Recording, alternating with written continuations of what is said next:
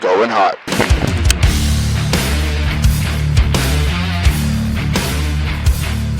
All right, guys, welcome back to the next episode of Going Hot Podcast with Caleb Shaw. We are super excited. Man, we've been blessed. We've had my brother, we have Jack Carr, and I might quite possibly be the most excited for this one. Right now in studio, we've got jiu-jitsu practitioner, Ultimate Fighter alumni, stuntman, actor, and all-around good guy, Tait Fletcher. Thank you, brother. I really appreciate you being here, man. This is something you didn't have to do that you did to just be kind, and I appreciate you for that, man. I know you got a lot of things going on in life and 10 other things you could be doing. I'm going to get a free dinner out of it. This is true. I mean, it did cost me a dinner, but you know what? It's money well spent, my brother. Yeah, man, it's a pleasure to be here. This is all like being in conversation about people that are thinking about, their higher selves and self-development and like that are eager and curious, it's the best place to be, and being in the, with Jared and Jack that's tremendous. You're a good company. Good company. I am probably Jared's biggest fan. I say it all the time, but for those that don't know, Jared's my little brother, and he's my little brother, but he always leads from the front, and he's been that way since we were kids, and I know you and him met originally, and that's where we met you, was on the set of Jurassic World in Hawaii. Yeah. I don't even know what year that was, but even then, here comes this big, huge dude walking out of the hotel, and it was like, I recognized you and Keith Jardine from early, because I'm a fan of UFC and Ultimate Fighter and all those things, and I recognized you, and I was a little intimidated because you were a large man and big dude walking up, and you were just so kind, man, and you were so cool, and you made us feel just welcome, right out the gate, and you were kind to my mom, and it was just one of those things. And over the years, Jared has consistently told me how your friendship to him matters. And like I told you on the way over here, is the thing that he said always stuck out to him was your kindness, and how you went above and beyond to be kind to people when you didn't have to be. And it was a choice that you made to be kind. And I'm just grateful for that. And I know he was grateful for that. And so I just want to lead with and open this whole deal up with a giant thank you, Thanks, man. Thank you. So, yes, sir. And you mentioned that longevity and going places. And, we started talking a couple years ago about doing this show and coming on. And back then I had all these different questions and all these things I wanted to ask you. And as I've gotten a little older and hopefully a little wiser and all of this, my paradigm has kind of shifted a little bit to, at first I wanted to get in here and I wanted to know all about the martial arts, and I still do. We're going to get there and all of those things. But now, man, I'm really interested in how much you're bringing to the table on helping other people and learning from things in your own life to help and inspire other people that may be struggling with things and going through things. And we're going to get to it because I want to start all the way back at the beginning. But I appreciate that you use your platform for good and you use your platform to help others, and it means something. And we need people like that in the world that are willing to be kind. And in a world full of ugly right now, I'm looping back to my point, but I appreciate the kindness that you've shown me and shown my brother and shown all those people in your world, man. You do a good job with that. And so thanks. You're welcome. And on that note, I want to roll it all the way back to the beginning now. Where did you grow up at? I grew up in Alpena, Michigan. Is that a big city or a little city? Tiny town, surrounded by farmland and woods. Did you have, like Jared, for example, we kind of knew Jared was going to do things even when he was young because dude was a fireball, he had it. I don't know how to explain it better than that, but I just knew that Jared was going to do something in life. He was going to accomplish things because even at a young age, he was extremely driven, and he didn't let barricades or things stand in his way. And he always found a way to go through them, over them, all those. Was that kind of you as a kid, or like me? It took me kind of years to pull my head out of my rear end and kind of figure things out and not be a dirtbag sometimes. I was never a bad dude, but I was never living up to my full potential on what I could have been. Oh, who does? Yeah, you're right. But,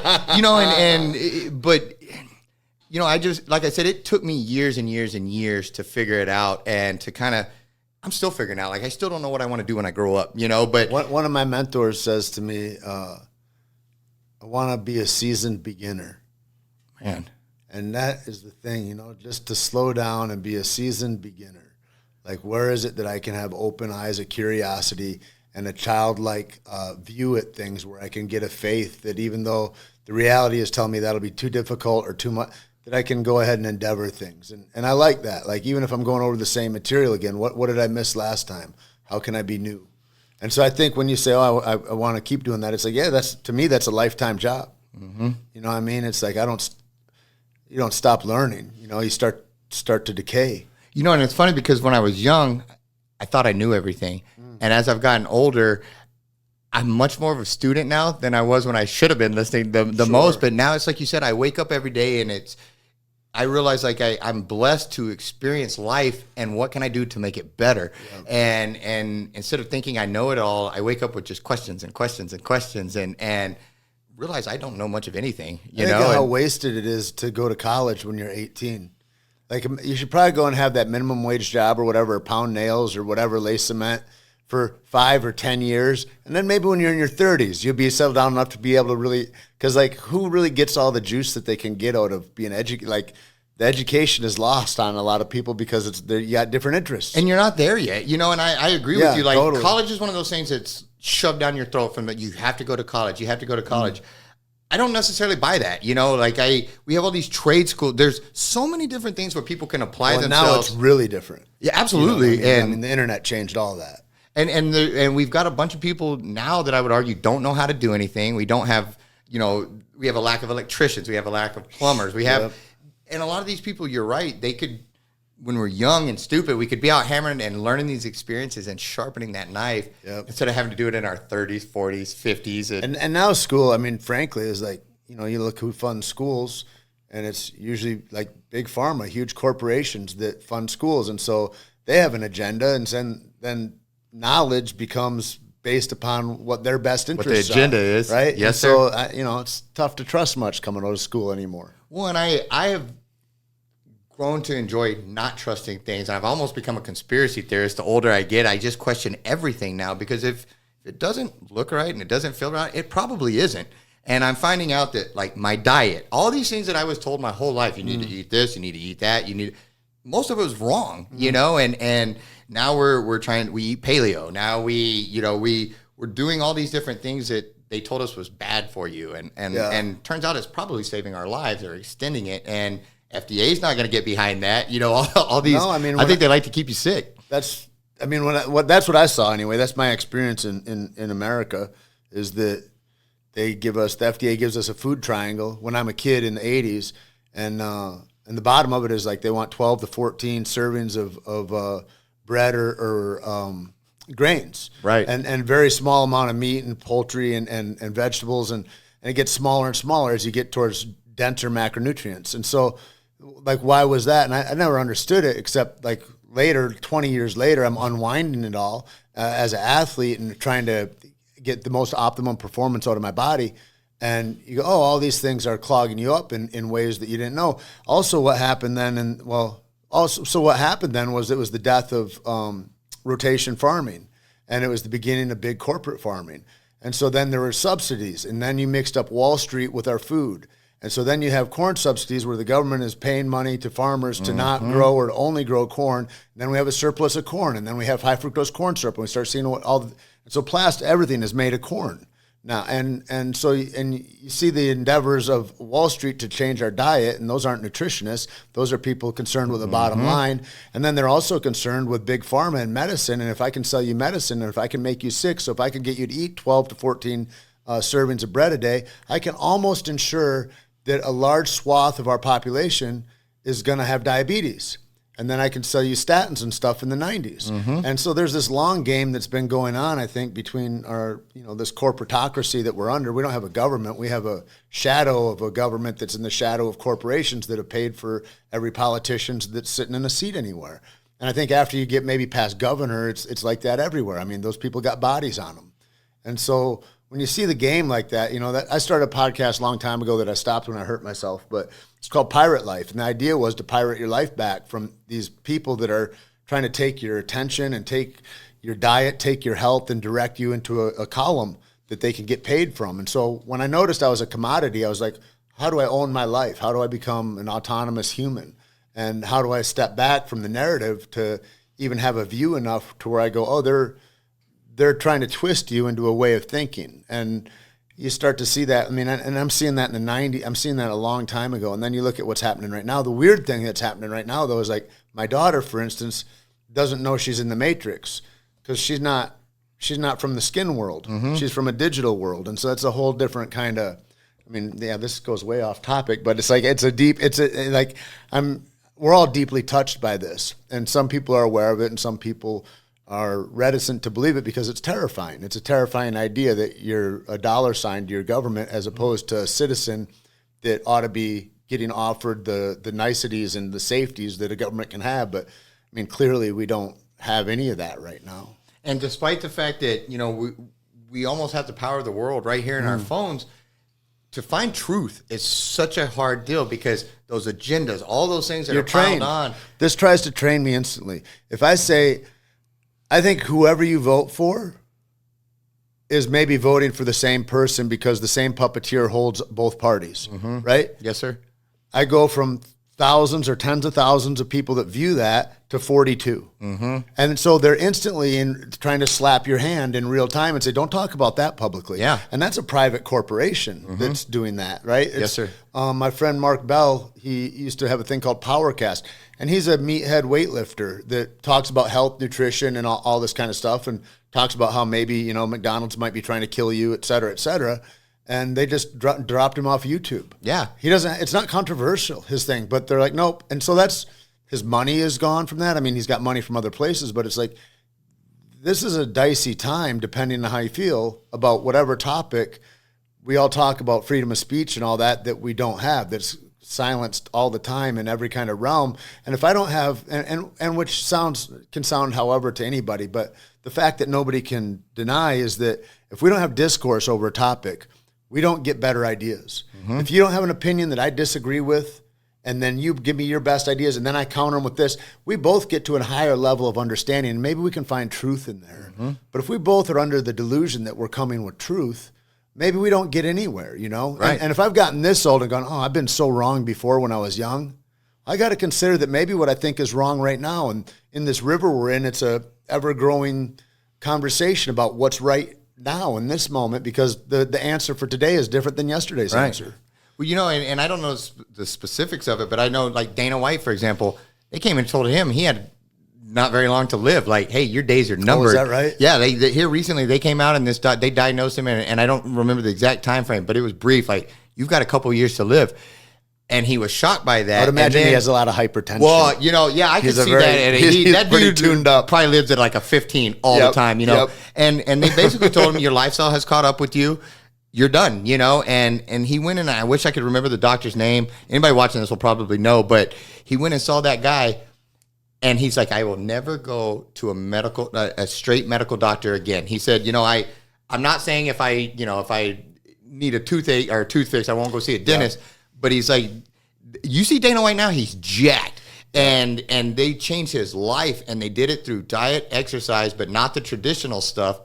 What the world would call weird stuff, you know. He got his blood work done, and they... As a doctor...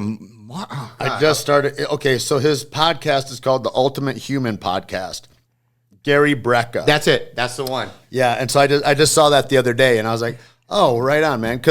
Because that's what I'm interested in too, is like, where is actual true longevity? I'm grateful for Western medicine. If I get in a car accident, if my spleen is ripped in half, yeah, I want to get work done like Absolutely. that. Do I want to go, like right now, just the other day, it went into effect where they don't have to, if it's not so-called life-threatening or something like that, that they've just said that doctors don't need to disclose to you what they're doing to you, like, which is insane. Yeah. That's insane. When you think about that all the way through. And that's changed in our lifetime, right? When I was a kid, you would go to a doctor and they would say, hey, here's the options. Here's what's wrong with you, we think. And here's the options of what you can do with that.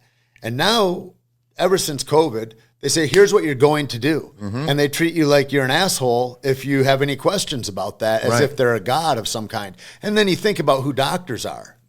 Who are doctors? Everybody went to school, and you know doctors.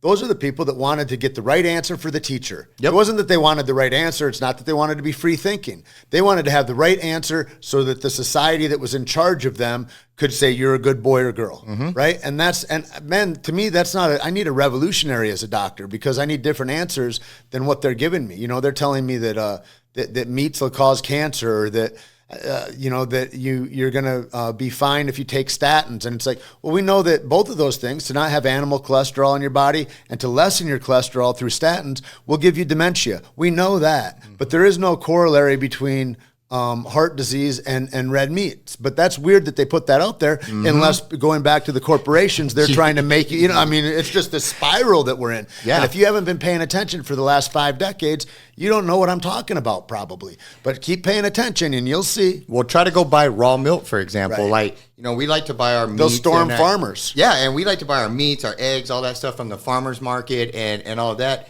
And my wife, we use very little dairy, but what we do, if it's not almond milk, we like to use raw milk, and you can't get that here because the government won't allow it. You got to go through all this stuff. Even in Texas, and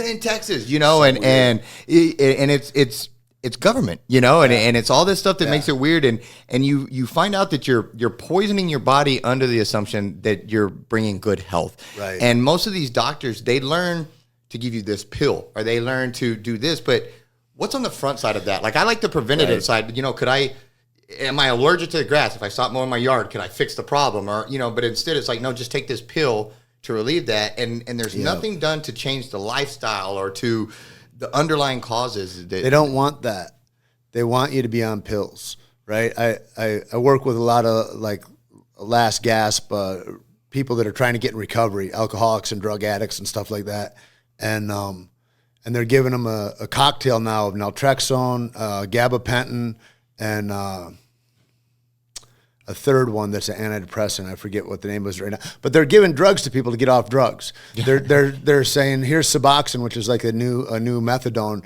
And the fact is that nobody will ever get clean with that, because you're always going to be swapping taking one for another. And so I know this about going back to to personalize how, what do I do? Yeah, there's going to be clamors that are in the world that are going to be horrific or distasteful or whatever to everybody, no matter if you see things how I see them or if you see them the oppositional way.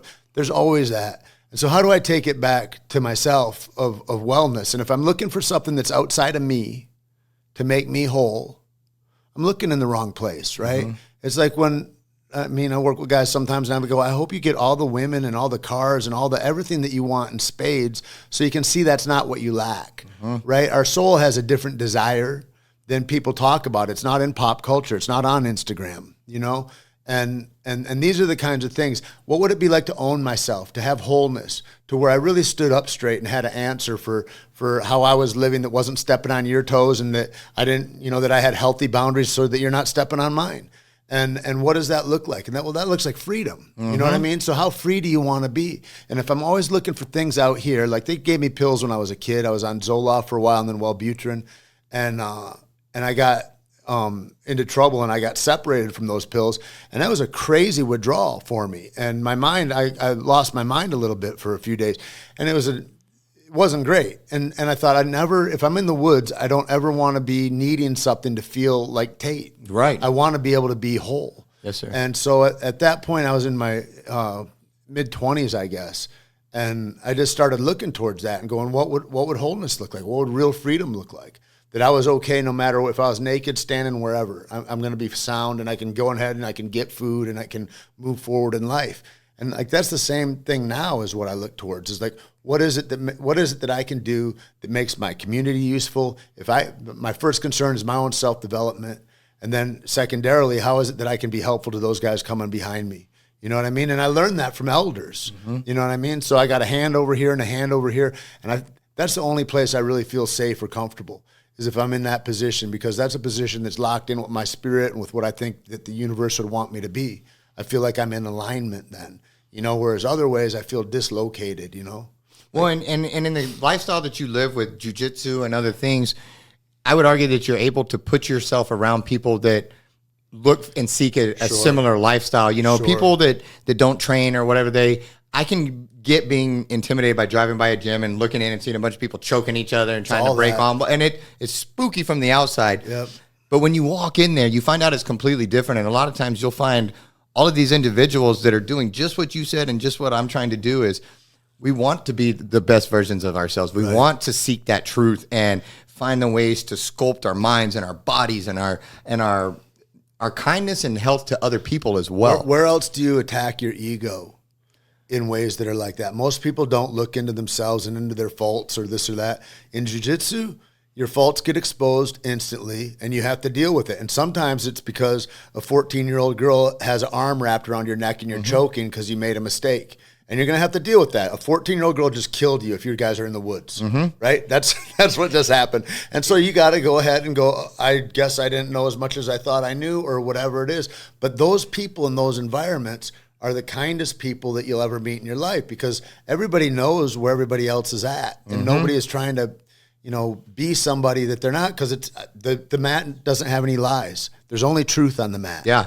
And I'll tell you, I got out of the military, and I don't even know why I thought this, but I got out. I was young, cocky, thought I could fight, thought all these things, until I walked into a jiu-jitsu gym, and then they said, here's your rear end, and they gift wrapped it for me. And yep. I think one of the guys was like ordering lunch with somebody while he was talking to me, and he had about 40, 50 pounds less than I was. And it floored me. I couldn't believe that another adult, while I was actively resisting, could order lunch while they were folding me up, and it was like an instant deal where, like, I have to go back. And at first it was a pride thing. Like, my pride had been humbled. I thought I could fight. I got whipped by a dude half my size.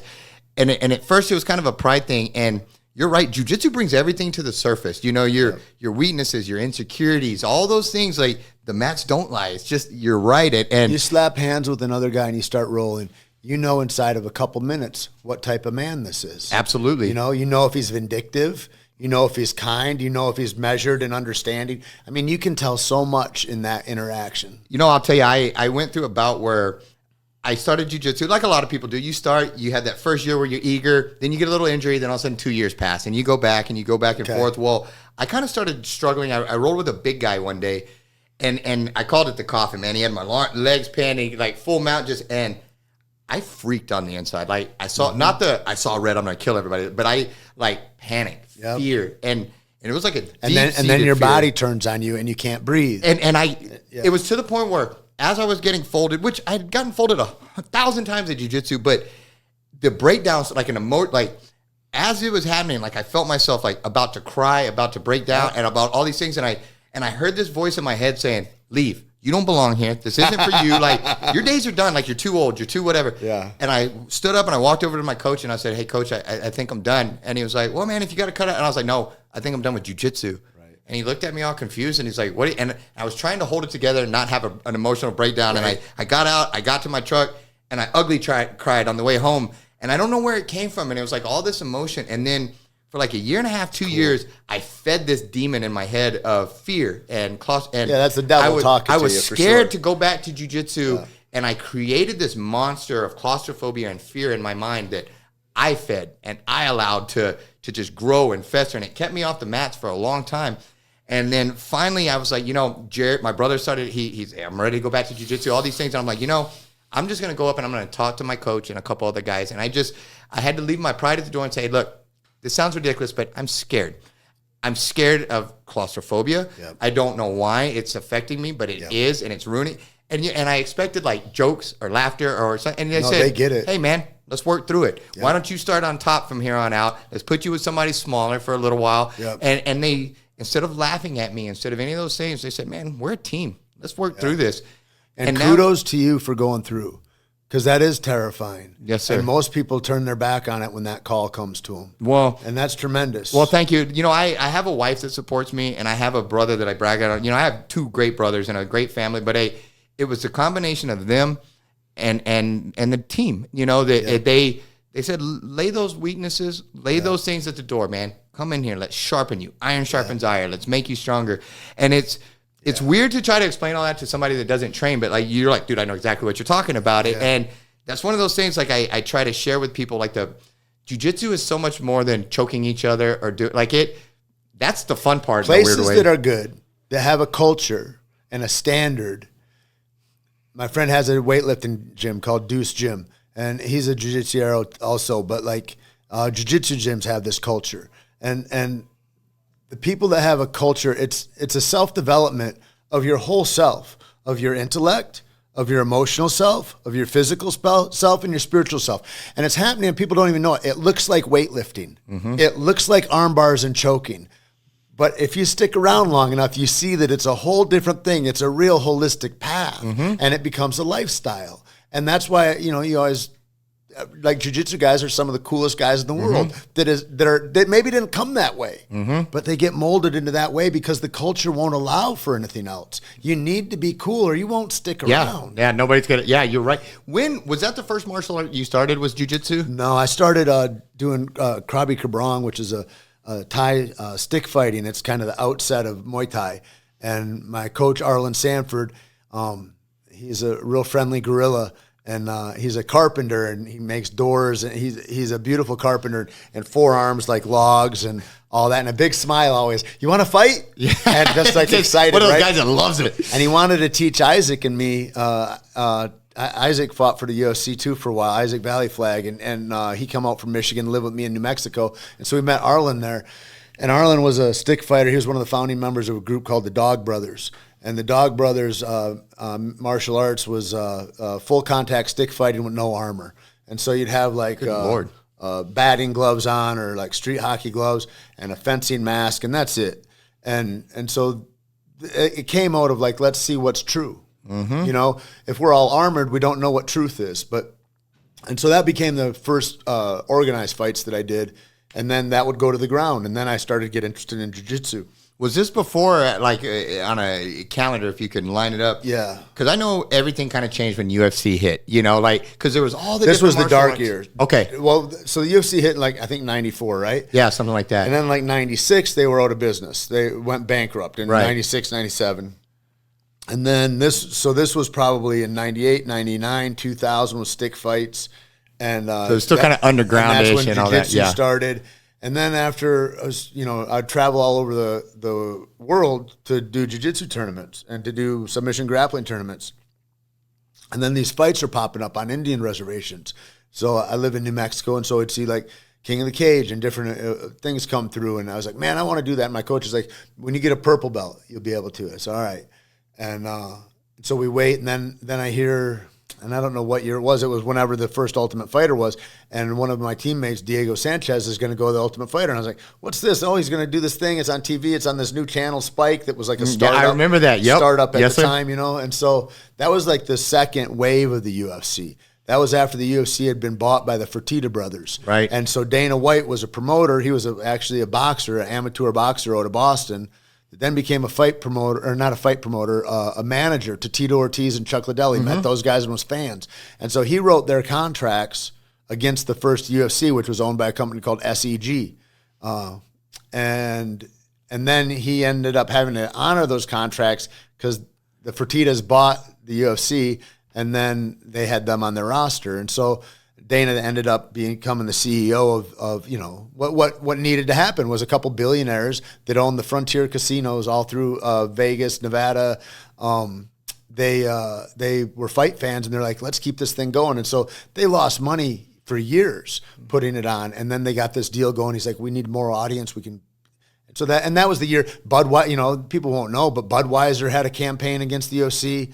There were several politicians that were out like, this is human cockfighting and all that trying to shut it down. And that was because the dude, he's a goddamn war hero too. He's that died. That he was a POW for McCain. Yeah. And his wife was on the board for World Boxing Association, or one of the boxing things, which were sponsored by Budweiser. And so she saw that this was an encroachment on their sport. And so that's why they went after a political witch hunt. That's follow the money. It always is. Always. It's never somebody's like higher moral values. And I remember during that, and I think it was season 1. Is that when Stephen Bonner and Forrest Griffin had theirs? Right. And because I remember I was watching that live.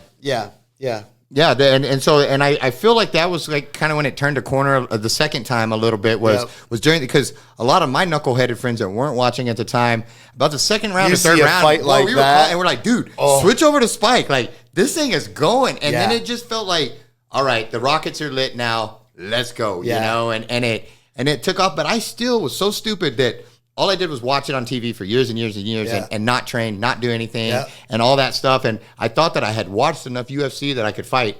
like a lot of knuckleheads, and then I I've seen a lot of those guys come in the gym. Yeah. And so, I guess so you started that young. How does that go? Like, I mean, that had to be, is it because you were at this gym with all these guys? Like, because you were at Wink, in Santa Fe. I was up in Santa Fe, and Wink and Greg Jackson were down in Albuquerque. But that's where a guy named Alberto Crane, who fell in love with jiu-jitsu before because a guy named Amal Easton, who owns Easton gyms all through Colorado, and he's a black belt from the Gracie family, right? So, that became like, and so they're both from Santa Fe, Amal and Albert, and Amal's from Renzo Gracie Academy is who his teacher is. And Alberto went down. He became a student of Draculino. Draculino's got a place now in Houston.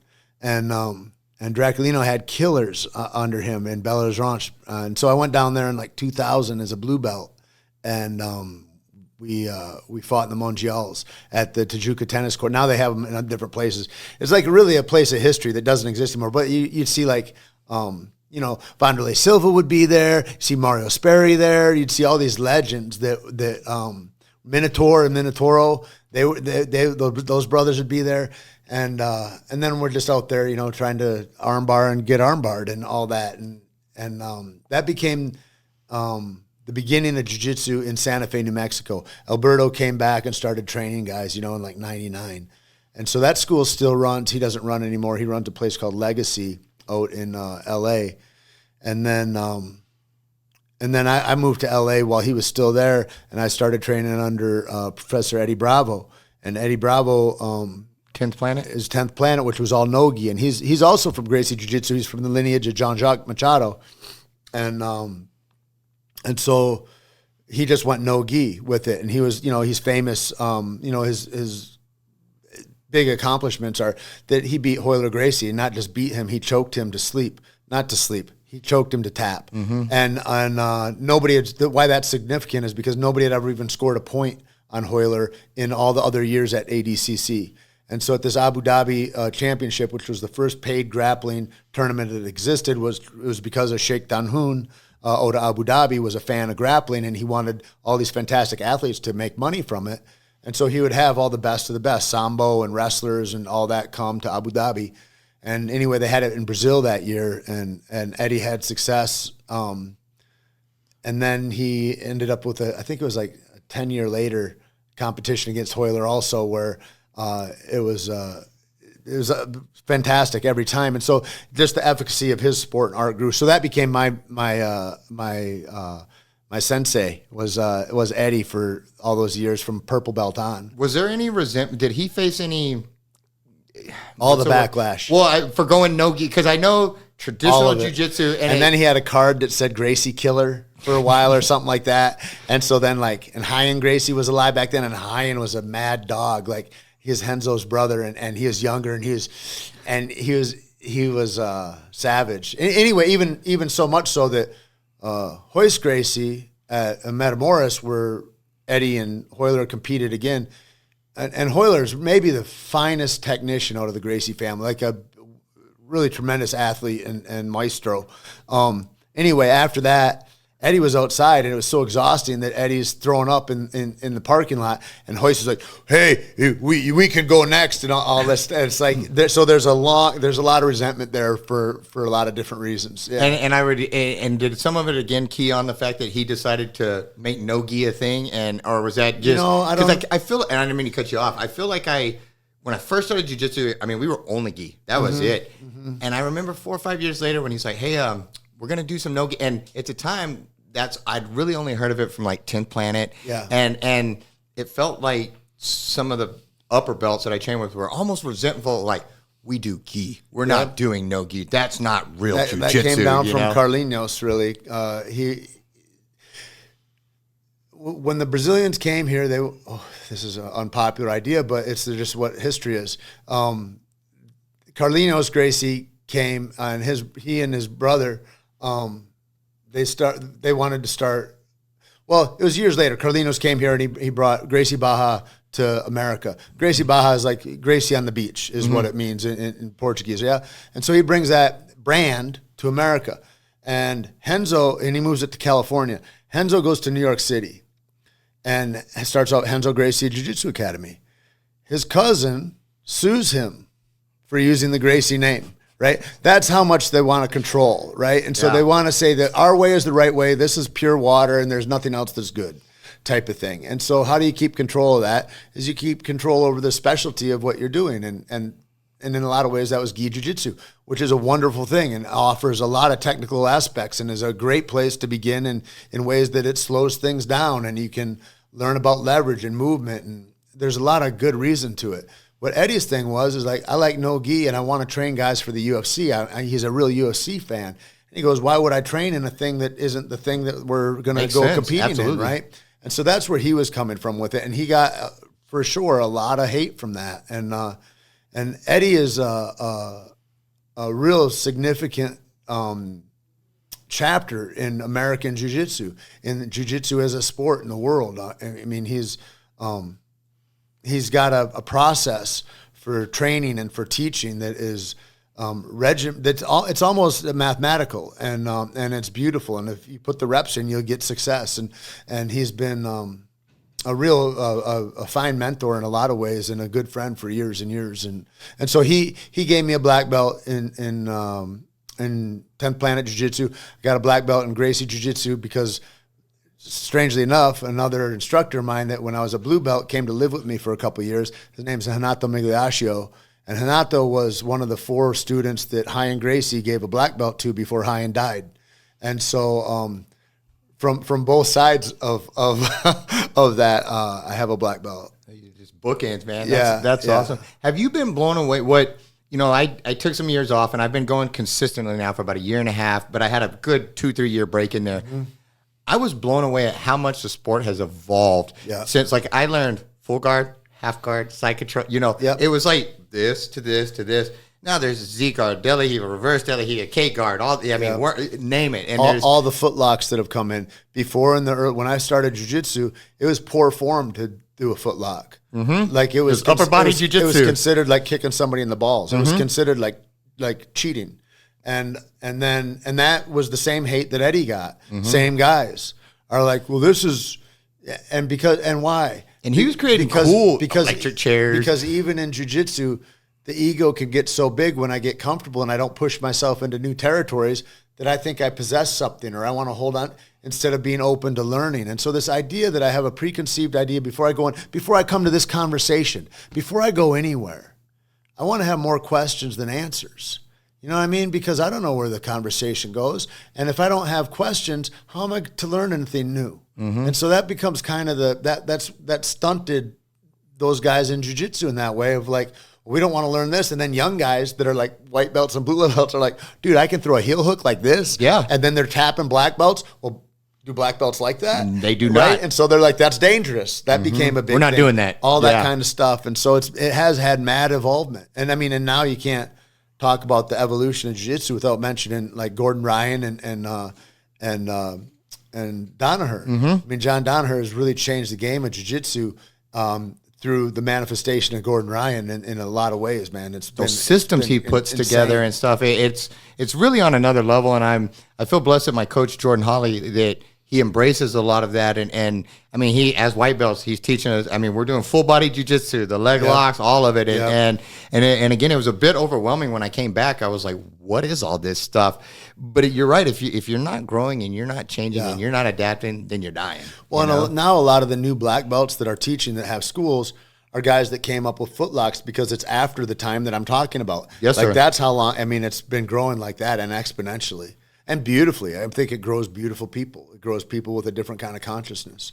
And look at some of the doors that training has opened for you. It's everything from being young dudes to let's go stick fight to now you're in Disney Works and all of this. Yeah. How does first I got to ask about the experience on The Ultimate Fighter. Yeah. That seems like one of those things when it's over, you're like, yeah, that was cool, or it seems like that'd be a tough deal living with all those guys, like doing all that, or was it just like a college type thing? Like, did you enjoy that experience, or was it? It was a privilege to be able to do it, and I'm always grateful to Dana White.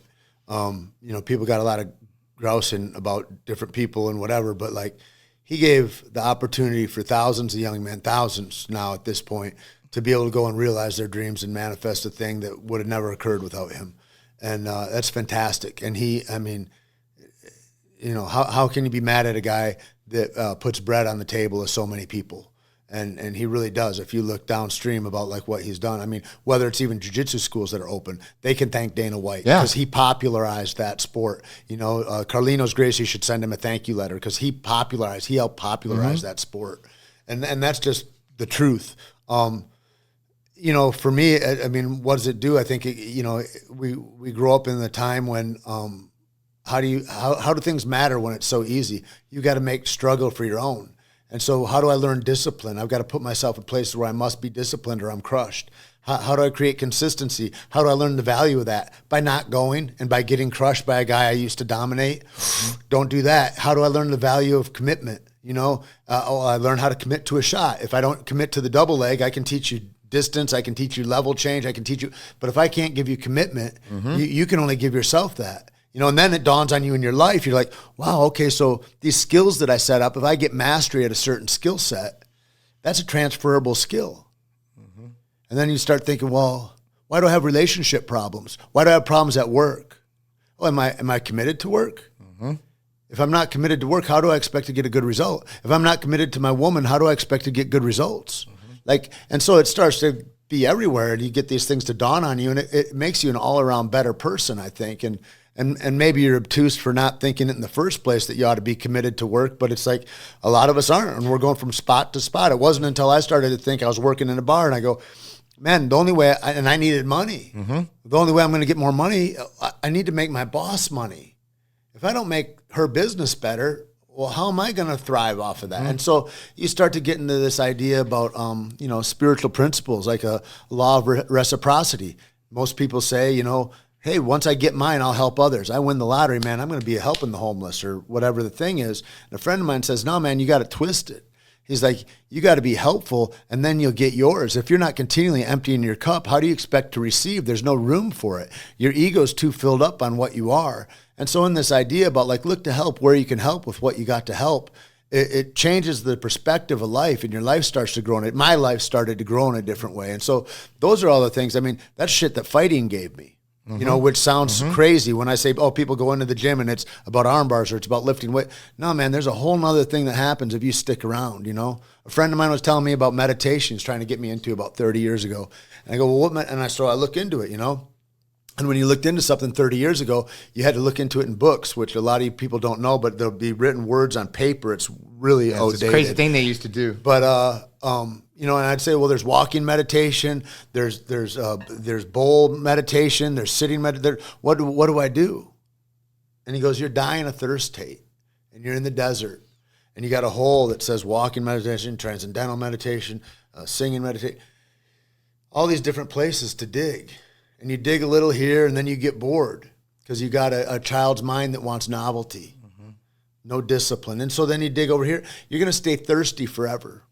And you dig in one spot, and you'll get to the same aquifer. And maybe you'll have an idea of what all these other things are in a deeper way than you could if you didn't stay the course here. So that idea, like picking something, following through with it, and staying the course became a huge thing. And that for me was jiu-jitsu. That for me goes right into film. Right? How does that work? Well, I'm working at a bar, and I'm working at the bar. Why? Because I can work at night and I can train in the daytime, and all my guys train in the daytime, so I got to train in the daytime. So I work this bar, which I'm not interested in. I'm going to go and I'm going to make, $80 or $100 to go and maybe potentially get stabbed or beaten up by the biker gang that comes in because there's 3 of us here and they come 30 deep or whatever the thing is, right? And so, but that's what I'm doing. And then I get a call at the front door, and one of my guys says, hey, Tait, come up. And it's Master P and all his guys. And they go, hey, we need some big white boys for this prison film we're doing out here. And so I get a SAG card there. At that time, a guy that's running all the action on that show, he was a Brand X guy. And he goes, hey, you ought to come out after I worked with him for a month. He says, you should come out and live at my guest house, dude. I got a place in Woodland Hills. It would be great for you. And I said, dude, thanks a lot. That seems ridiculous. I'm going to go be in the movies. I only got to work this one job right now. I'm doing this wrestling thing. Thanks a lot. I just stayed the course because I picked what I wanted to get good at. This is my course of self-development, is how do I get attuned with my body in a way that I didn't know. And the grappling was teaching me how to feed myself, how to nourish myself with vitamins, how sunlight was important. It was teaching me how to be a healthy organism in this biology of Earth that nobody's told me about before. They tell me to eat 12 to 14 servings of grains a day. Right. You know what I mean? So I'm learning about myself in a different way. And I said, thanks a lot. It sounds like a pipe dream for a kid from Michigan. I'm not, you know, and his name was Keith Willard. And then I run this course for 9-10 years. And then I, you know, had a gym. I was giving it away to kids that were coming behind me. And this guy comes in, he's an X Games athlete. And he was in Brand X too. And he was running a show in Santa Fe. And oh, cool, man. Oh, I did this thing one time. And there were 30 people in Brand X at that time. And Keith and Darren were two of the, he's like, oh, that's one of my bros from. So anyways, and then I start working for him on Equalizer, on Sicario. Like, so all these years later, I come back into his life. How did fighting do that? It's like, it's all, everything that I'd done will be. And so anything I would say to a kid to not get too convoluted is that follow what you love and do that thing until you get really proficient at it. And that thing will lead to the next thing. You don't have to worry about how to design your life, in my opinion. I mean, a lot of guys do. It's like I thought I was going to be a psychologist or a lawyer, but I ended up being a junkie and a drunk for the whole first part of my life, right? And so when that turns, it's like, what is it to be now? Well, you better be happy. God would want you to be happy. If there's a God, he wants you to be happy. What is it that makes you passionate about life? And when I found jiu-jitsu, I'd start dreaming about it. It was that. So it was easy for me. I follow that road. You know, that thing leads in the next thing. Sure, I'll be in a movie. I'm not going to really do it. I mean, I'll just do it this once. And then I get into it and I'm bodyguarding and it's the end of my fighting. And I'm like, well, what's next? Well, I better just go all into this. And all I know how to do is just like I did with the fighting, throw my hat over the fence and figure it out. You got to go get your hat now.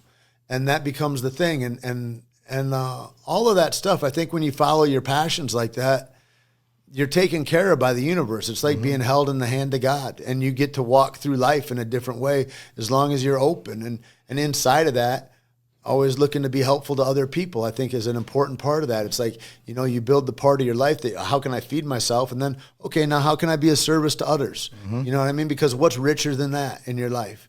You know, I got a group of guys that I help back home right now, and I love to go travel. I love to go to work. I love to film stuff. I love all that.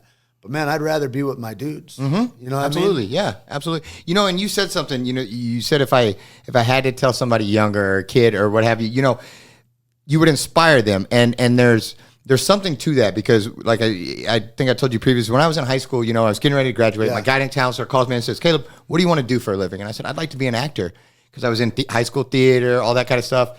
And she looked at me about half smirked and said, that's not realistic. What else would you like to do?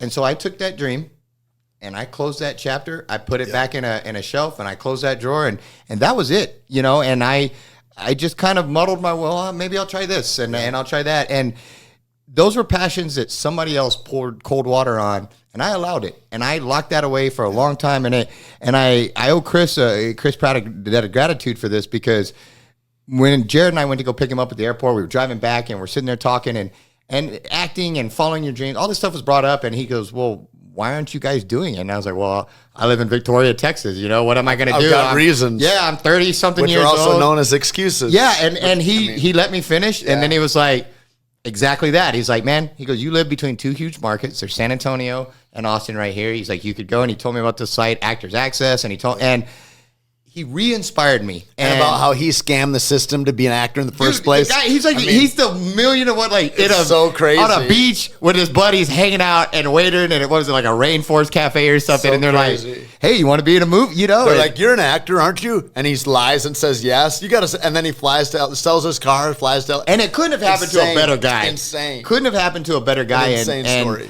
I owe him a debt of gratitude because both him and Jared, you know, like he was kind to us when he didn't have to be, and he took extra time. And he's like, dude, write down these websites, do this, do that. And he spent time feeding my passion and making me believe, like, you know, people say you're too old. Yeah, and then I go, tell me what B. Arthur or somebody looked like as a young lady.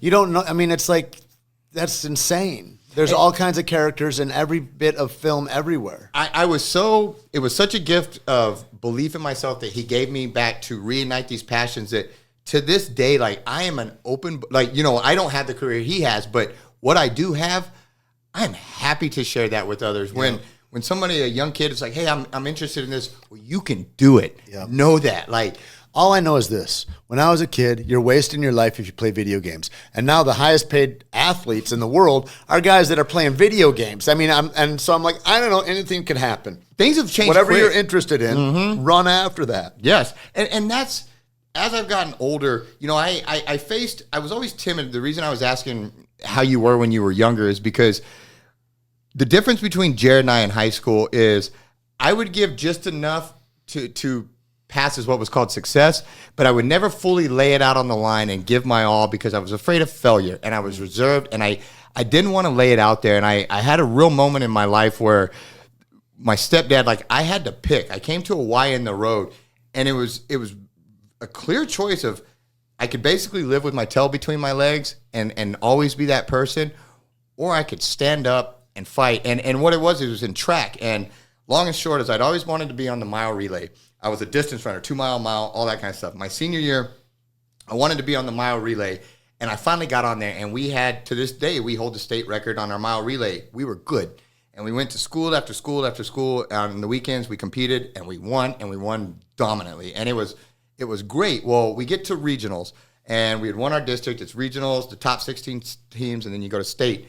And long and short is the prelims race, we were the 4th or 5th seeded team. I got the baton. I was third leg. It was raining.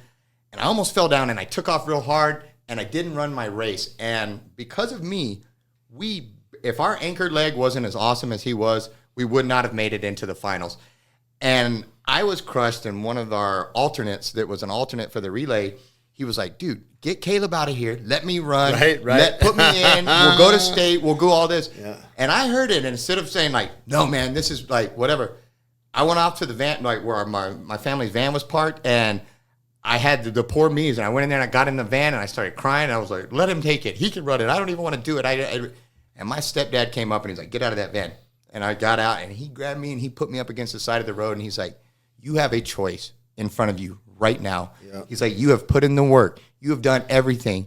You can choose your life to be a winner, or you can choose right now to live scared for the rest of your life. He's like, what are you going to do? That's cool. And man, it changed everything. And I looked at him, and I was like, I'm a winner, you know? And it makes me emotional to this day. And he goes, look, it's cool, this was a packed track. And he goes, when you hear me yell, he goes, I'm going to be out there somewhere. I don't know where. He goes, but when you hear me, you let it go and you run your race. You run like you're capable of running. Leave it all out on the track. And brother, I came around that track, and as we're coming up into the final curve, the dude that had just ate me up in the prelims, he's coming up hot right behind me. And as we go into that curve, out of thousands of people, I hear my stepdad yell, go. It's your time. Go. And brother, I did. You know, for the first time in my life, I let it go. And I ran my race. We won. We went to state. We ended up getting second at state. But all that is secondary to the fact that from that moment on, I had a brand new life in front of me where I was never scared again to hide in the van and let somebody else run the race for me, because I still made tons of dumb mistakes and all that, but he gave me that gift of self, like, no, that's beautiful. I'll run this race. Yeah. And it changed my whole life, and it was a trajectory that it changed everything. And it was the power of somebody believing in me and then making me believe in myself and telling me, you can do this. And I knew the power of that moment then, but as I've gotten older and seen more people fail because they didn't have confidence, seen people succeed because they did, all these things, I realized how special of a moment that was. And that's why, like, I go on and I beat the dead horse over and over again about telling people, hey, I appreciate your kindness. Because kindness changed my life. You know, my stepdad didn't have to love us. He chose to love us. You know, he did these things and he chose to invest in me. And because of that, I have confidence now to, let's start a podcast. We can do it, you know? And I may go 100 miles an hour and go right off a cliff.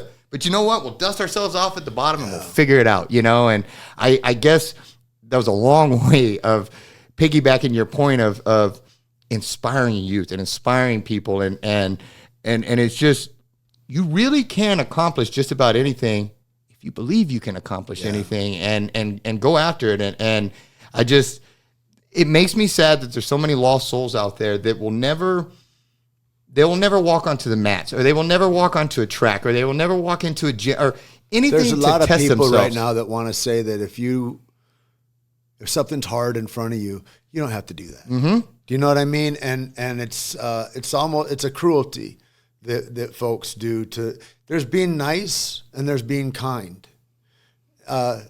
Nice is going, oh, you look great. Oh, you're ready for your date. You look really great. Kind is being, dude, your fucking shit is crooked, and and let me straighten that out. You got a booger hanging. Yeah. Let me get you cleaned up. You know what I mean? Right. Absolutely. And maybe it's embarrassing at first to say somebody's got a booger hanging, but it's like that's actually the real. That's the real dude. And, yeah. And that you can, I mean, stretch that out in 1,000 different ways. But this whole thing about I care more about your development and your soul than I care about your feelings, and I think that that's a really important thing. And I think also it's an important thing to say truth. My friend wrote a book called Going Right. His name's Logan Gelbrich. And it talks about how doing the hard thing, walking into that decision is walking into your highest self.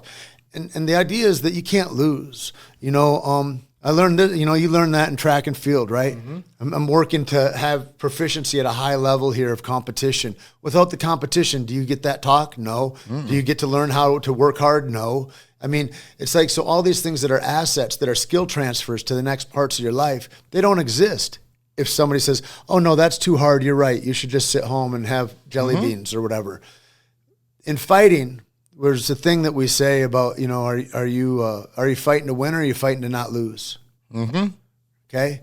There is a difference. Are you just trying to survive? Mm-hmm. Oh, I didn't get beat that badly, or what are we doing here? Mm-hmm. Now, everybody can understand that psychologically, but if I don't know the cost of that, maybe I never change the behavior. And here's what the cost is. Here's what the downside is that I don't grow in the way that I could grow had I thrown it all out there. Mm-hmm. And if I go, and there's something in combat sports we call the rub, and I'm sure it happens in basketball, I'm sure it happens in every sport that's there. If I go against higher, more skilled competition than me, regardless of what happens, if I throw my all into it, I'm going to get better exponentially for that experience. People that were on my level before will not be any longer, right? Mm-hmm. It's going to happen. Absolutely. If I go to not lose, I might get a little bit appreciably better, but not much. Mm-hmm. You know what I mean? And so it does me a disservice to not try as hard as I can when it counts. I ought to try as hard as I can if I'm interested in being better. And if I'm not interested in being better, cool, but let's stop the story about I wish I was better. I mean, a lot of people say I don't want to try because I'm a perfectionist. Mm-hmm. And my friend Logan would say, show me something perfect you did. Because this whole thing, this whole life of ours is a beta test. And what does that mean? What's a beta test? What's the test that like our phones use before they know that they give us tumors in 20 years from now that we see the pictures of or whatever the thing is, right? Mm-hmm. Our beta test is the thing that we find out why it's flawed later on. But we're going to put it in the market right now so we have enough fish out there that we can see which ones die and which ones prosper, what the results are. We don't know until we put the beta test of lead paint in there that maybe we shouldn't use lead paint or asbestos or a vaccine or whatever the thing is, right? Right. We don't know until we see downstream effects. And so we're in a beta test of all your movements. And so if I'm seeing what is best process for me to have the most efficacy of my output, well, then I ought to try the hardest I can. It only makes sense. It doesn't make sense to not have stronger legs for tomorrow because tomorrow's coming. And so in that, there's nothing to lose. Maybe I lose the event that happens today, but this is a beta test to make me stronger for tomorrow. Mm-hmm. So this almost doesn't matter. It's almost history in a way. Mm-hmm. And that's a thing that I can only have in the here and now. It's like somebody, my friend was saying, where's God exist? Does it exist in the future, in the past? It's just right now, right where your feet are at. It's the only place. And so if I'm caught up, I was talking to somebody earlier today and I said, people say, oh, anxiety is tripping about the future and depression's tripping about the past, which doesn't really ring right to me. But the way I think it is like fear lives in the future, scared about the outcome of what might happen. Maybe I shouldn't try, da-da-da-da-da. And resentment lives in the past. I'm sentimentalizing something that happened in the past. I'm bringing it in the current state as if it's real. I can't let either of those go. Well, where am I in the middle? I'm lost because I don't allow myself to be in the present. And so like that becomes part of life is like, how do I deal with that fear? Just like your dad said, you go into it. You know what I mean? There's only one way and the monster in my mind is way bigger than the one that I'm facing on the mat. It usually is. Yep. You know, I mean, I got a guy who's having trouble with the IRS and he's like, and he had all this fear about it because he hadn't paid in years and all that. And I said, well, right now we're talking about a phantom.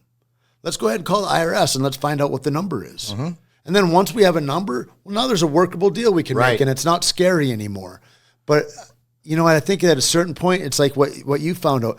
You literally can't shrink from life because eventually you're going to have to face everything anyway. And the way I can develop quicker is to just go and bite into it. Go, yeah, it's hard. So what? Right on. It's hard. What an opportunity to get stronger. Right. And if I can just flip my mindset to that's the biggest advantage, I think.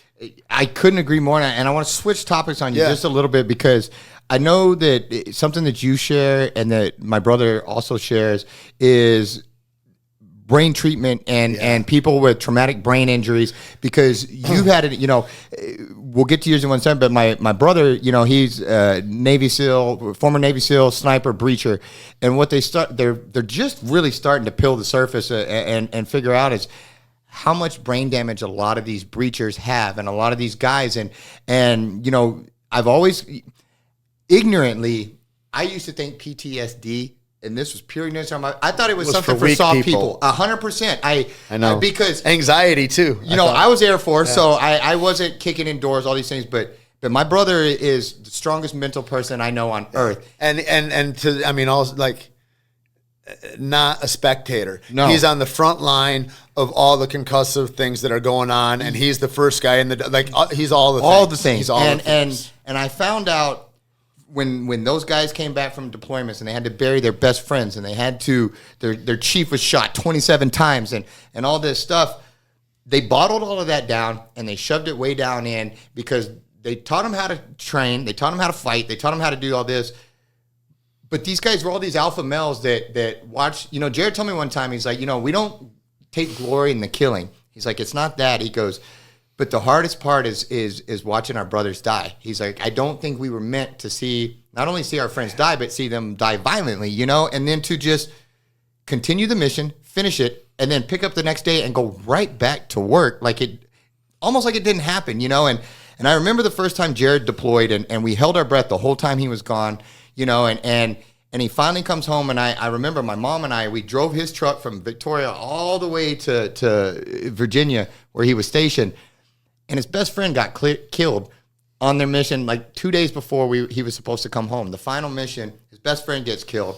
Well, it starts popping up on the news. We don't know if it's Jared. We don't know who it is. Oh. We just know a Navy SEAL has been killed, and you know, we're all like, oh my gosh, and then somehow it was because technology's changed, but we either got an email or something that was like, hey, I'm safe, I'll be home, whatever. And I remember when I was first going to see Jared, I was so excited because I could not wait to see the SEAL complex. I could not wait. Like, these dudes are just, they're studs. And I still look up to them to this day. And I was so excited to walk into the SEAL building, to see their cages, to see where the magic, like, these are the guys, you know.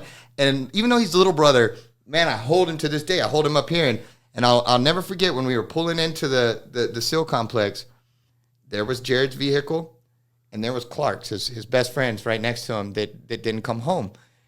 And I remember I just remember Jared holding that, his demeanor, and we walked in and he's trying so hard because he knows his big brother's there and he wants to, he knows how long I've waited to see all of this stuff. And I see him trying to like hold it together for me. And what was supposed to be like the happiest day on earth, my heart just broke for him because I stood there and I saw him broken, you know, and I saw that he had just lost his friends, and I saw the brotherhood that these guys had, and he was just tucking it in, and then later himself and other guys and all this stuff, it all comes out, and that was the first time I had where I was like, oh man, there is this thing called PTSD, and if it can get Jared, and he has to step up and battle it, it can get anybody. And I was ignorant to that, and I didn't know. And I'm going to fast forward, and I'll shut up. But I remember a couple years after, he was sitting in his apartment and he calls and he goes, man, I want to talk to you, Caleb. Here in Victoria?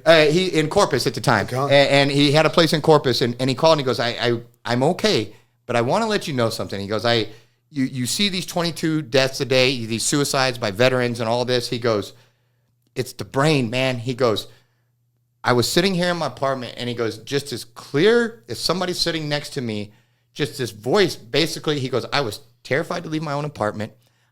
I'm this tough Navy SEAL sitting in there in the dark in his own apartment, and he was terrified. And there was just this thought, he's like, it was like a voice telling me, dude, kill yourself, you know? And Jared's not that guy. Like, quitting is not an option for him. He will never quit. He will never, to the point that sometimes I wish he would, but he won't. But he called me, he's like, I'm not telling you this so you are in fear for me and whatever. He goes, but we've got to help others, man. He's like, if I'm sitting here in my apartment and I was this much able to break out of that and snap out of that and realize that people are struggling with this, what is it going to do? What are people not there? Yeah. They're gonna off themselves, and it's gonna be this deal. And for a while, because of pride and other things, and because what it'll do to your career and all that, like, he didn't want to step out and be like, hey man, I need some help. Yeah. My brain's messed up. Like, something's wrong with my brain. I need help. And then it was shortly after that phone call, he was like, bro, I'm all in. Like, let's go help people. Let's go. And he started working with the Brain Treatment Foundation. Was he already out by that time? Yes, sir. Yes, sir. He had just gotten out. Yeah. And a lot of that, those dudes won't, you know, they are America's premier warriors. Yeah. And, you know, they're also young. A lot of times Jared was in his young 20s, you know, he was a young kid. There was, I mean, you can relate because you've been around killers your whole life, these big dudes, these strong guys, and they didn't know how to process that hurt and then the actual physical hurt to their brains. Yeah. And he had to go in on that. And here recently, you know, I heard and Jared told me that you had an accident and then it was your brain and then it led to other stuff. And so if you wouldn't mind, I know that was a super long buildup, but I'm the brain stuff. Yeah. I mean, as far as like my desire to be helpful and if it's helpful, I want to talk about it. And so, you know, they say, you know, there's a saying, your darkest past can become your greatest ally in helping others. And so the things we survive can be really useful. Jared helped me a bunch, and I remember we were in an acting studio together, and he was doing these treatments at braintreatmentcenter.com and doing MERT therapy was the name of it, which is shooting magnets in your head. And he was trying to explain to me what it was that he did, and it's a weird thing. And so it's like somebody that doesn't, you're like, okay. And so the thing about brain injury is like, you don't know to what degree you're suffering brain injury until it's almost too late. Mm-hmm. And so I was hurt on a movie. I was, you know, but I'd had a concussive life. I've had a ton of head injuries. What I know is that in long-term degradation of TBIs, which is excessive concussions, traumatic brain injuries, the end result of that, untreated, is suicide. Because what happened for me is you become a stranger in your own skin, and you don't recognize yourself anymore. And then loved ones ask you how you're doing, and it's just what it is, but you feel like I'm living in a complaint, and I'm not this guy. And like it's more evidence that you're not yourself, and it's getting worse, and you probably won't be again. And so what are you to do? Because now here I am, and I'm going to be a burden upon everybody. And I certainly can't live with that. I've already been hard enough and da-da-da-da-da, and you got to go. And I totally understand that mindset. I lived in that mindset for years. And the other thing that's really strange about it is that I didn't know is that when I was doing some work with Rogan and we were traveling around and we went and we saw Ultimate Fighter fight at one of the little casinos in Vegas. There's a dude that got knocked out and he was out for like 6 or 7 minutes. It's a long time to watch somebody be unconscious, bleeding from their ears and their mouth, and you're like, what am I watching right now, right? Mm-hmm. And when we left, it was like it struck everybody, and Joe was like, well, the crazy thing is you don't see the results, the deleterious effects of brain injury until 10 or 15 years down the road. Mm-hmm. And I remembered that all the time, and I thought it was weird that he would say that. And And when I was, looking for a way out, I got to talk to my friend Dozer, and different Dozer than Ray Mendoza, but he's a dude they're next week they're going to have a memorial for. He passed away this last year, but he called me and it was like COVID times. He's like, "So how you doing and what's going on?" And I told him, I said, just not much. I was riding around in my truck last night with Hank, my pup, and my pistol, looking for courage to shoot myself in the chest, and just watching TV now, going to get something to eat. And what's going on with you? And I don't, and we just hang up, and I think it's just a casual conversation. It's just what's going on for me. It's how I've been thinking for the last year and a half or whatever. And so, and every time I go and I try to get work again, it hurts me again. And I don't know who to call. And so 10 minutes later, my friend Lisa texts me and she says, "You got to call Shane, her husband." And I said, "All right." And I said, "Why? What's going on?" "Oh, he's at this brain clinic." I go, "Oh my God, is he okay?" And she says, "Yeah, he's just there. His friend runs it." And so I call and he's really worried. And I go, "Why is everybody all concerned?" Like, there's a disconnection that I'm even in trouble. Right. You're not even piecing it together. Probably that first phone call. Not at all. I only know Lisa because of Dozer. Mm-hmm. I don't even connect why I'm like, well, how odd that she called me also, And so anyway, that gets me into a treatment center where they do that same therapy to me, that MERT therapy. It's called braintreatmentcenter.com. They call it Wave Neuro. Also is another, they have an at-home product. I did that, and then, and it got me a little better. And then, like I said, it's like, a couple steps forward, and you feel like you're slammed backwards sometimes. I went and I did an episode of, what was it, Magnum PI. And it was just a simple fight, but just head reactions. And I've found that even head reactions are brain injuries if you're already injured. And, and so then to put it in perspective of what a brain injury looks like, it's like for a guy like Jared, so you think of those Zodiacs going over the waves. Every time they land, that's in excess of what can cause a TBI. And then you're shooting pistols. Then you shoot pistols indoors. Well, you know the difference of that. Like, so now you're living under TBIs all day long. And so I start talking to my friend Kirk Parsley. And Kirk, he has a product called the Sleep Remedy, and it's a thing that helps you sleep and get into deep REM sleep, which is the only place the brain can heal itself, really. And Kirk is a Navy SEAL that then became a doctor through the Navy, and he got interested in how come all these guys, their lab results were all that their hormones were all shot, like it bottomed out. And he wasn't a hormone doctor, so they said, well, you can't give these guys hormones. So he starts looking into it, and he sees that they're all on Ambien. And he goes, well, I know they don't have an Ambien deficiency, so why can't they sleep? They're not sleeping. They're taking a drug, like all these other drugs, that mimic sleep but don't give you any nourishment of sleep, right? So we have, that problem. And he starts looking at how I can get these guys good sleep. So, and because they're becoming something other than themselves.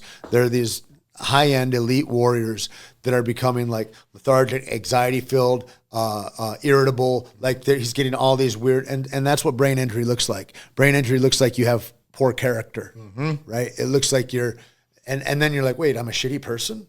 You know what I mean? And then you start piling on yourself. And so then what do most guys do? Take pills and drink. And so it exasperates. Any alcohol is pouring on a brain injury is like giving yourself another brain injury. But that's the answer that people have, especially in the military, because as you were saying, in the military, if I cop to a problem of a brain problem and I'm in charge of any men at all, they take me away because if something happens later and they say, well, that guy had depression though, and it's on the paper here. So he loses his job. He doesn't get to go and be with his brothers anymore. And so we have a whole system that's set up to actively keep you disengaged from helping yourself because, we would have given him help if he came. Well, the system is set up to not allow that. Yeah, absolutely. And so, and football also, I mean, it's like they just, I think in 2015 or something, admitted that it might cause head injuries. But they still, I mean, it's like, it's bizarre. And then you see the whole front line of the San Diego Chargers kill themselves after they win the Super Bowl or whatever. Like, well, nobody's asking what's going on? Yeah. And so you got 22 guys a day. I would offer that it's not the horrors of war that they saw. It's that when they're all in a steel truck and it hits an IED and it blows up, that they're all concussed and they're all damaged in a way that doesn't show itself till years down the line. So these things are all the things we're up against. And so, Kirk helped me a bunch with different peptides, with different sleep protocols, with saying to get, part of the wavelength therapy of shooting magnets in my head was be out in the sunlight between 7 and 11 in the morning for as much as you can. That helps reset your body a lot. And it's getting in the natural rhythms of your body again. And there's a long, like a 3-year waiting period where I sobbed every day and I'm just crying into the carpet and I got a dog on my lap, you know what I mean? And I sat like that for a couple of years. And I don't really feel like, and this was 2019, I don't feel like I got like better until maybe 6 months ago or something, right? Which is wild. And the other thing that I'll say too is that after I started getting better, it showed me how long I'd been hurt. I had no idea how long I'd been hurt until I started getting better. I go, oh my God.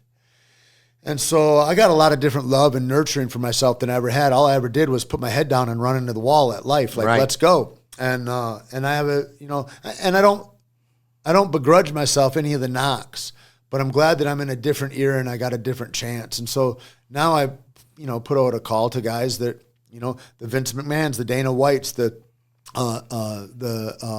National Football League, like hockey, like these people, we need to have brain protocols in place for the longevity of the athletes and also for understanding of what's going to happen later. Because it's not if you get a head injury. If you're in soccer, you're going to get a head injury. Any of these things, you are going to be in a head injury position. And whether that just takes away from, you got mild depression in the afternoon or you get tired before, it's going to take away from your family. As years go by, it'll get more pronounced. And those of us with deeper cases, you're going to eat a pistol eventually. My friends down at Chipsa Hospital, they started a stem cell lab down there in Tijuana, and they've been tremendously helpful. And hyperbaric chambers can help a ton.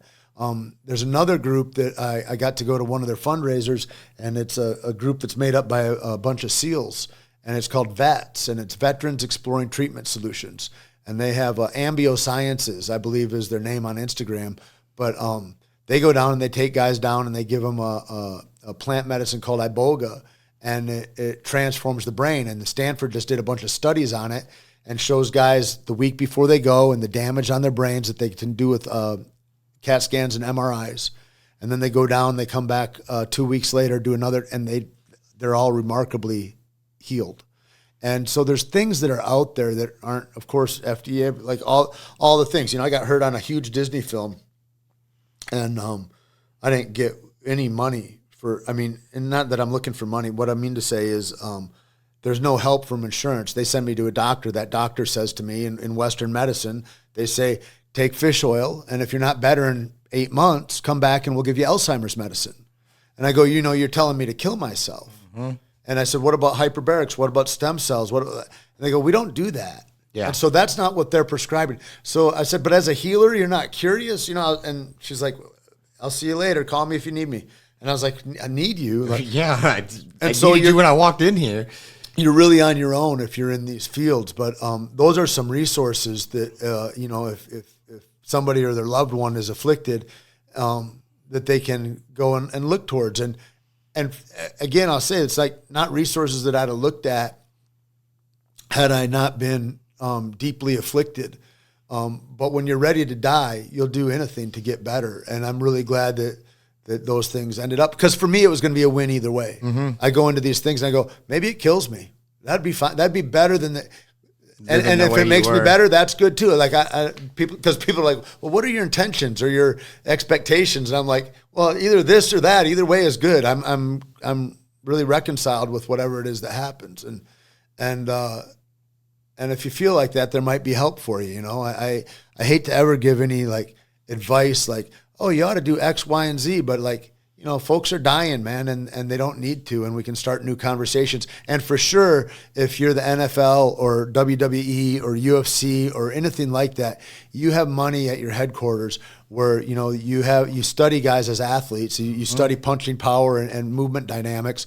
You can easily have a branch of your stuff that has MERT machines, that has hyperbaric chambers, that has stem cells, that you offer these guys. You need to normalize that. Exactly. Yeah, and that's why I thank guys like you and my brother that that normalization needs to happen so we know that it's okay. And it doesn't mean something, well, there is something wrong with it, but it's okay to get help. For 2.5 years on my couch, big blubbering snot. Like, I mean, it's like, I was fractured, man. I never felt so vulnerable. I was scared to go into the Whole Foods. I couldn't drive for 6 months. When I did drive and I went up to, okay, I'm going to be a big boy and I'm going to, you push everybody away because you're like, well, I can't feed myself. So anybody that loves me, I push away. Right. Like that's one of the things that happens too. And then you go, okay, well, I got to go to the store. This is reasonable. You know what are you doing? You could go to the store. You can't go to the store. And I go in and I pull into the parking lot and then I wait and I start sobbing again and I drive away. And then, maybe I go the next week and try again. And then I'll walk up to the door and those ladies in there look aggressive as anything with all those carts. And I go, I can't do this. And, and it took me about a month of trying to be able to go to the grocery store. It's like, so this idea about weakness or strength or whatever, it's like, I'm not into fragilizing people or telling people not to push into tough stuff. But there's stuff that happens that fractures our very souls in a way where, for me, I couldn't show up. It was like the container with which I held myself to go through life with was shattered. And I was as vulnerable as an embryo in utero, is what it felt like. So what the thing I'd like to leave people with is that what I thought was the end game was just the beginning, right? And I'd heard that from a lot of friend of mine. He got in trouble. He got hospitalized like 25 years ago. And when they went in there, and they said, you got to take an HIV test. You're a homosexual man, and you're going to be in this community. And he goes, I don't want to do that. And he took it, and he popped positive for HIV. And I was just coming out of like being able to be in public again, like with this brain injury when he told me the story, and I go, isn't that amazing? Because now I know him 30 years, right, and his life is beautiful. But when he got that news, that was a death sentence. Absolutely. Your life is over. Yep. And I'm like, man, I felt like that too. And I go, maybe me too. Maybe this could be a beginning for me too. And that's, I think, what it's been. And now instead of being afraid that the other shoe is going to drop or that it's going to get worse, I've got hopes and eagerness for what happens tomorrow, Yes, sir. Yes, sir. Yeah. Well, I thank you guys for that because, again, I know that there's a lot of hurting people out there that just need that to know, hey, man, there's you can do this, and seek that help. It doesn't make you, the older I get, the softer I get. It's weird. Like, I'm sitting here, iron sharpens iron, and I'm trying to do all these things, but I've started just wearing my heart right here on my sleeve. Like, if I love you, I love you, man. What can I do for you? And all these pretenses of being tough and strong. And I do for my I want to be truly tough and truly strong, but not strong to the world, like where they think I'm strong. Like I want to be genuine and real. And sometimes strength is kindness and being softer to others and not, pounding the chest all the time. If we understood each other, would there be any trouble? You know what I mean? Yeah. If I sought to understand you, right, instead of going, no, you need to understand me. You're not doing it right. If I thought of it in a way that was selfless, and I go, no, I'm curious about how is it that you feel that way? There's nothing between us anymore. And all that is like, I remember there's a quote Albert Einstein says, he goes, the deepest delusion that humanity has is that there's more than one of us. Meaning, this illusion of separation. Like we're not all part of a whole. Like I'm not a Christian, but I think about it like the way I hear about Father, Son, Holy Ghost. And I go, well, what is that Holy Spirit? Maybe that's that energetic cord that runs through us all that makes us all one whole union of God. Maybe that's what that is. You know what I mean? It's deeper than you think, Tait. Be open to whatever a new answer might be. Yes, sir. And so I think there's something in that. You talked about this at the beginning, saying about me being kind or something like that. But it's like,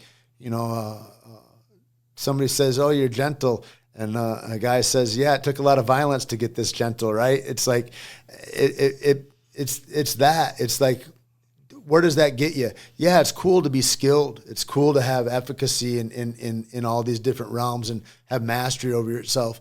But what's really cool is to make people feel comfortable enough when they're in your space that they could do that too, or that it's okay, or that they're safe, because maybe they're not strong yet, because we're all in different eras of growing in our life. And so, yeah, maybe not strong yet, but maybe he's going to be a savage in 30 years and you're going to need him, Tait. Yes, sir. We're all the same man. We're all the same human here. Yes, sir. So something like that, I think. Nah, dude, solid. I want to wrap this by asking your version of a story that I greatly enjoy. I heard on Rogan a while back where that, you know already where I'm going to go, but I haven't heard your version of what I'm about to ask yet. I've heard the story of you guys coming down a hotel and a rather large drunk guy and his buddies deciding to get y'all's attention. And just, I had a friend like that he was the only guy in the group that could actually fight back in the day. But he always kept his head down. He never looked at it. But somehow he just attracted violence. And I don't know why. Everybody always wanted to fight him. And I'm like, dude, fight me. I'm the one that can't fight. Like, right. But he just attracted violence. Even if I was drunk and didn't know you guys, I feel like if I saw you, Joe Rogan, who was it, Eddie Bravo, all coming down a hallway, it's probably not the crew I would want to fight. But they tell a very funny story of this, and I would just like to close by hearing your version of how that story went, because you're definitely the hero in their story, but it's also the fun story. They're so kind. Yeah, they tell it very well, and so I just kind of I've always wondered your perspective. I never saw Joe so excited. After his this passion happened, talking about this is hilarious. He ran right to his hotel room after this and jumped on. There was a thing called the Underground back in the day, and it was like because you were talking about fighting earlier, and like, so there was the dark times, I think from 97 to 2001 or something for the UFC. There was nothing. And so there was little web zines and stuff that you could go to read about what happened at Grappler's Quest, or what happened at the Mundials, or at the Pan Americans, or something like that. Or here's the listings. There was a newspaper called Full Contact Fighter that came out of the Midwest. They would have different regional fights that would, Travis Fulton defeats Jeremy Horn or whatever. Like it's, anyways. So it was like, if you were a fan, you got your news in different ways. The only grappling magazine that was out there, it was back in the day when there was magazines, was Black Belt Magazine. Once every 4 months, they'd put a grappling magazine together. And so it was just starting to get popularized then. So the internet was how people interacted. So Joe goes right after this happens, and he gets on the Underground, and he writes up what happened. And so we get out of a hotel. We're up on, I don't know, the whatever fifth floor or whatever, the Hard Rock Hotel in Vegas. And we're out there for fights, and we get out of the hotel, out of the elevator, and the elevator, if you turn right, that's a window that goes down, 60 feet or whatever. And then this way it goes into a T, and the rooms all go one way or another. And my room was right off the elevator. And then Joe had an adjoining room right next to mine. And so we're going to get in there, and there's two guys at my door. And they're they got one guy's cussing the other guy, and the guy is legitimately 6'7" or 6'8", and probably 300 pounds. He's a real big dude. He looks like I don't know, like Triple H or some wrestler or something, built but huge. But that that's a small guy comparatively. Anyways, and I think somebody animated this. I haven't seen it, but somebody. Oh, I haven't seen it. Now I will look for that. Yes, absolutely. And and so then I go, hey, let me try. And I put my card in, and it works. And I go, see that? I told you, I think you got the wrong room. And I went into my room.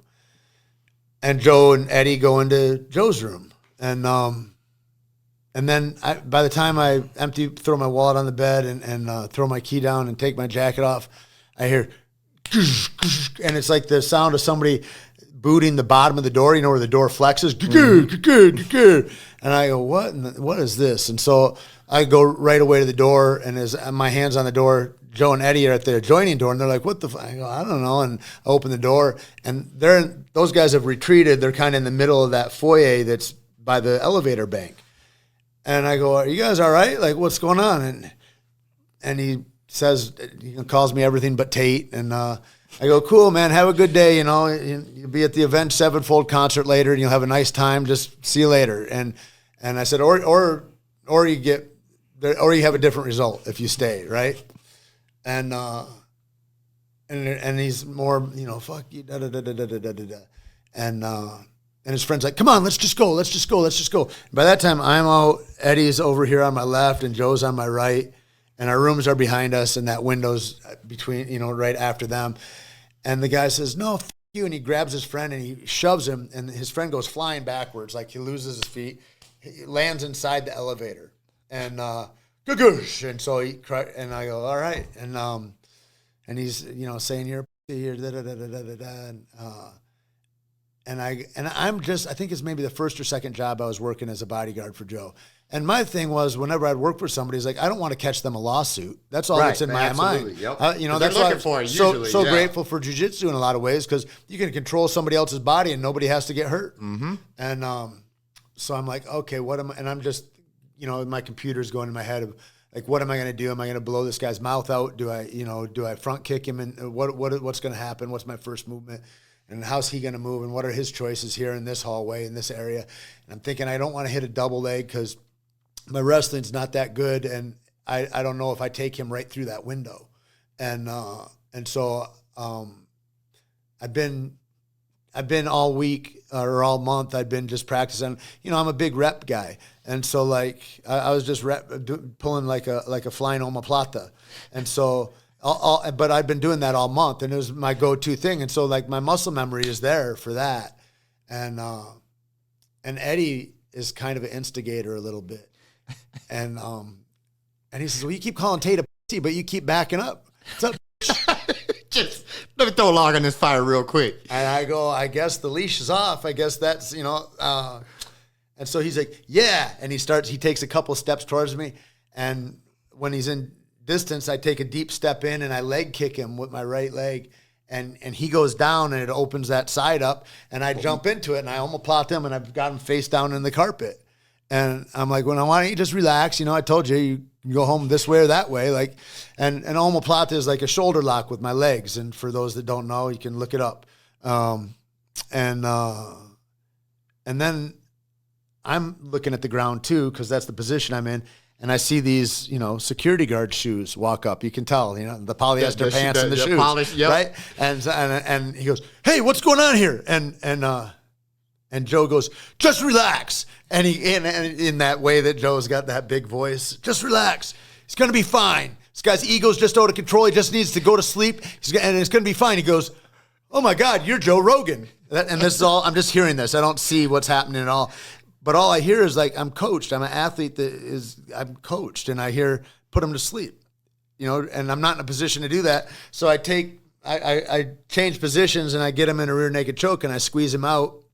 And so he's there drooling on the carpet, and the guy is going, oh, my God. And he knows Joe from Fear Factor because we're not famous for anything else yet. Right? And I go, well, I'm either going to be in handcuffs or I'm going to be in my room. So I'm just going to go right to my room. And so it all dispersed, and I went to my room. Joe and Eddie went to his room. Those guys left our lives forever. Don't know what happened. Never heard from them again. You know, and it's weird that now Joe's got like this big podcast. It's like that guy one of those guys has to know. Yeah. One of these days, I would sit there and be like, enough time has to have passed where you're like, hey, I was the dummy in the hall. Like, I want to step up and own that at some point. Like, that was me that got my ass kicked out there and stuff. It's so funny. Thank you for telling that. I've laughed at that story. I've heard Joe tell it several times, and I've laughed every single time because I roll with guys that are just...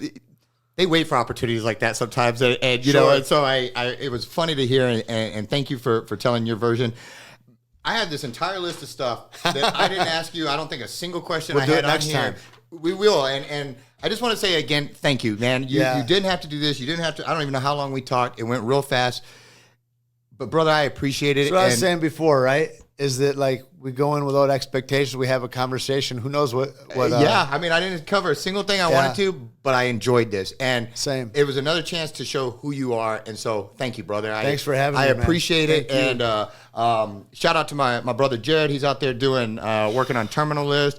I appreciate that he introduced me to you. It was a real blessing, man. And I look forward to seeing you not only prosper in your career and continue, but these other journeys that we talked about of longevity, of mental health, of inspiring others. The older I get, the more important that those are. And so next time, man, I want to talk to Mandalorian, all that.